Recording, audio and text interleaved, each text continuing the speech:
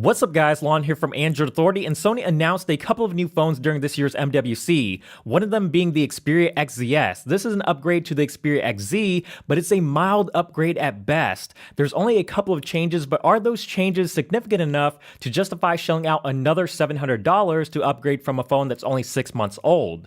Let's take a look at the Sony Xperia XZs.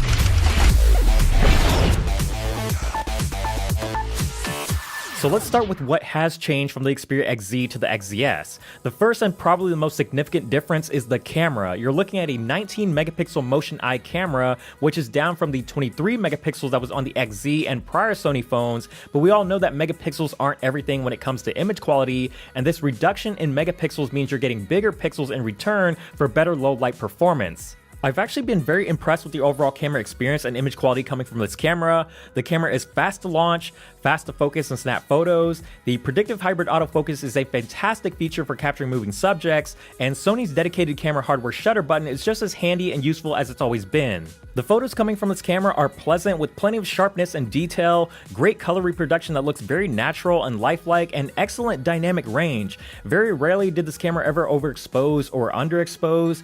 In low light, it performs surprisingly well, and I would even go as far as saying it's one of the better low light performers that you'll find on a smartphone right now. There's still a fair amount of detail, noise is kept to a minimum, and it doesn't have any issues with maintaining a proper white balance or blowing out highlights, which many smartphone cameras tend to do when shooting in low light. The front-facing camera is also exceptionally good. If you're into taking selfies, you've got a 13 megapixel camera that captures plenty of detail and really nice looking colors, and because of the high megapixel count, you've got a lot more flexibility with zooming and cropping without a huge loss in quality. As good as this camera is with photos, the big story here is actually what you can do with it in video. You can record slow motion video at a ridiculous 960 frames per second, and when you capture the right moment, it can look pretty incredible and be a lot of fun to use, but it isn't all it's cracked up to be. You can only record 960 frames in short bursts, and it's capped at 720p resolution. The biggest problem with it being 720p is that you're dealing with a huge crop factor, which deteriorates the quality and sometimes makes it hard to get exactly what you want into the frame, unless you're shooting outside or in a wide open area where you have the space to take a few steps back. Also, because you're shooting at 960 frames, you're dealing with a very short shutter speed, which means it doesn't work well in low light. The only other big difference between the original XZ and XZs is the specs. It has the same Snapdragon 820 processor as the XZ, but you now have 4GB of RAM instead of 3. I can't say that I noticed a huge difference in performance between the XZ and XZs, but it is nice to have that extra gigabyte of RAM, especially for multitasking and keeping more apps in memory.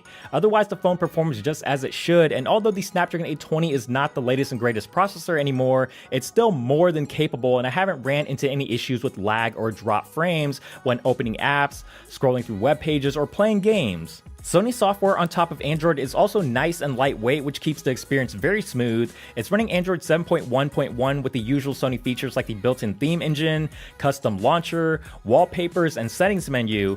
Unfortunately, Sony still insists on shipping their phones with their own bloatware applications and other third-party apps like Amazon Shopping and AVG protection, but otherwise it's a pretty clean and close to stock experience, which I personally prefer, and because this is running Nougat, you're also getting Google Assistant right out of the box. The rest of the phone is pretty much the same, if not completely identical to the XZ. It has the same dimensions and design with the metal backplate, plastic sides, and the loop design that gives it more of a rounded look and makes Sony's overall blocky design feel more comfortable in the hand. It's got the same 5.2-inch 1080p LCD display that's vibrant, colorful, easy to see in direct sunlight, and above and below the display are dual front-facing speakers that do sound pretty good, but they definitely aren't as loud as you might expect, especially for a stereo pair. You've got other typical Sony features like micro SD card expansion, IP68 dust and water resistance, and a fingerprint sensor embedded in the power button, but just like the last several Sony devices, it's not available on the US version of the phone, and Sony's made it pretty clear that this isn't changing anytime soon, and it's just sort of something we have to accept. One area that I think Sony could have improved is the battery, but instead the XZs features the same 2900 mAh battery as the XZ, which means the same mediocre battery life. It's adequate enough for a full day with basic usage like texting, reading emails, and social media, but don't expect it to go anywhere near a full day or beyond that, especially if you like to play a lot of games or watch YouTube for hours on end. So the Xperia XZs isn't a bad phone, and neither was the XZ that came before it, but at $700 unlocked, it's just not a good deal. And if you're coming from the previous XZ, there aren't enough changes to justify upgrading to the XZs, and if you're just looking for a new phone, well, there are plenty of options that undercut the XZs by hundreds of dollars and arguably offer more for the price, like the Moto G5 Plus or the OnePlus 3T.